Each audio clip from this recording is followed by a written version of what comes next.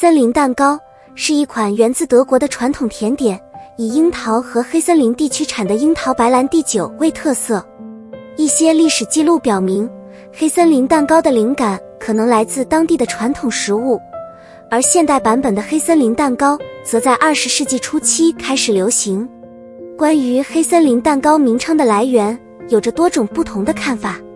有一种看法认为黑色的巧克力碎末让人联想到黑色的森林，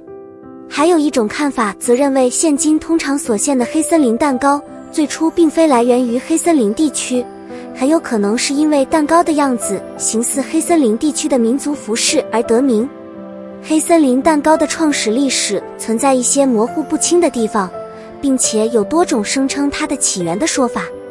然而，最广泛接受的版本是，这款蛋糕的创始者被认为是德国斯图加特的餐厅主厨。1915年，他使用了当地黑森林地区的特产，创造了这款具有独特组合的蛋糕，包括巧克力蛋糕层、樱桃和樱桃白兰地酒，并以鲜奶油和巧克力碎片装饰，为其添增风味。黑森林蛋糕通常是一层或多层的巧克力蛋糕，湿润而浓郁。蛋糕中间加有樱桃馅料，这可能是由新鲜或罐装樱桃制成的。蛋糕的层间和表面涂抹着鲜奶油，而樱桃白兰地酒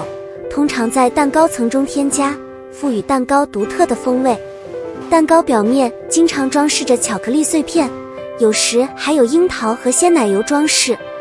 黑森林蛋糕的名声得益于其丰富的口感和令人愉悦的樱桃和巧克力风味，是德国甜点文化中的经典之一，也成为了世界各地的受欢迎的蛋糕之一。